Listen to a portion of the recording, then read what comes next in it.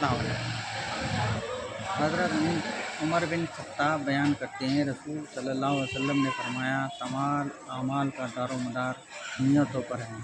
ہر شخص کو وہی کچھ ملے گا جو اس کی نیت کی، پس جس شخص کو ہجرت اور اللہ اور اس کے رسول کی خاطر ہوئی تو اس کی ہجرت اللہ اور اس کے رسول صلی اللہ علیہ وسلم کی خاطر ہے، اور جس کی ہجرت حصول دنیا یا کسی عورت سے شادی کرنے کی خاطر ہوئی تو اس کی ہجرت اس کی خاطر ہے جس کی خاطر اس نے ہجرت کی۔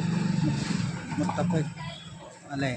مشکوٰۃ المصباح میں حدیث نمبر 1۔ حضرت عمر بن خطاب رضی اللہ عنہ بیان کرتے ہیں، ہم ایک روز رسول صلی اللہ علیہ وسلم کی خدمت حاضر تھے کہ اس اثنا میں ایک آدمی ہمارے پاس آیا جس کے کپڑے بہت ہی سفید اور بال انتہائی سیاہ تھے۔ اس پر سفر کے آثار نظر آتے تھے، نہ ہم سے کوئی اسے جانتا تھا، حتیٰ کہ وہ دو زانو ہو کر نبی کریم صلی اللہ علیہ وسلم کے سامنے بیٹھ گیا اور اس نے اپنے دونوں ہاتھ اپنی رانوں پر رکھ لیے اور کہا، محمد صلی اللہ علیہ وسلم، اسلام کے متعلق مجھے بتائیں۔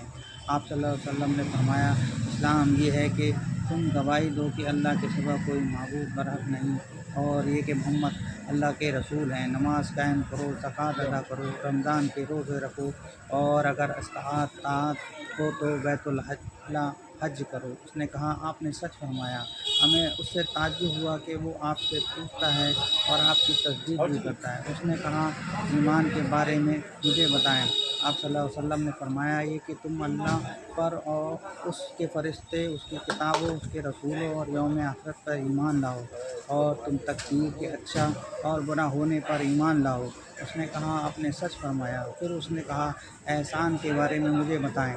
آپ صلی اللہ علیہ وسلم نے فرمایا، یہ کہ تم اللہ کی عبادت اس طرح کرو گویا تم اسے دیکھ رہے ہو، اور اگر تم اسے نہیں دیکھ سکتے تو وہ یقیناً تمہیں دیکھ رہا ہے۔ اس نے کہا، قیامت کے بارے میں مجھے بتائیں۔ آپ صلی اللہ علیہ وسلم نے فرمایا، رسول اس کا متعلق شامل سے زیادہ نہیں جانتا۔ اس نے کہا، اس کی نشانیوں کے بارے میں مجھے بتا دیں۔ آپ صلی اللہ علیہ وسلم نے فرمایا، یہ کہ لونڈی اپنے مالک کو جنم دے گی، اور یہ کہ تم ننگے پاؤں، ننگے بدن، ننگے دست بکریاں کے چرواہوں کو بلند بالا عمارتوں کی تعمیر اور ان پر فخر کرتے ہو دیکھو گے۔ عمر رضی اللہ عنہ نے فرمایا، پھر وہ شخص چلا گیا۔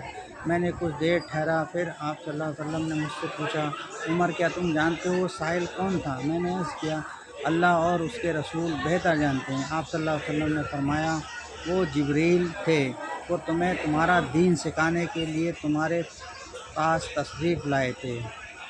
مشکوٰۃ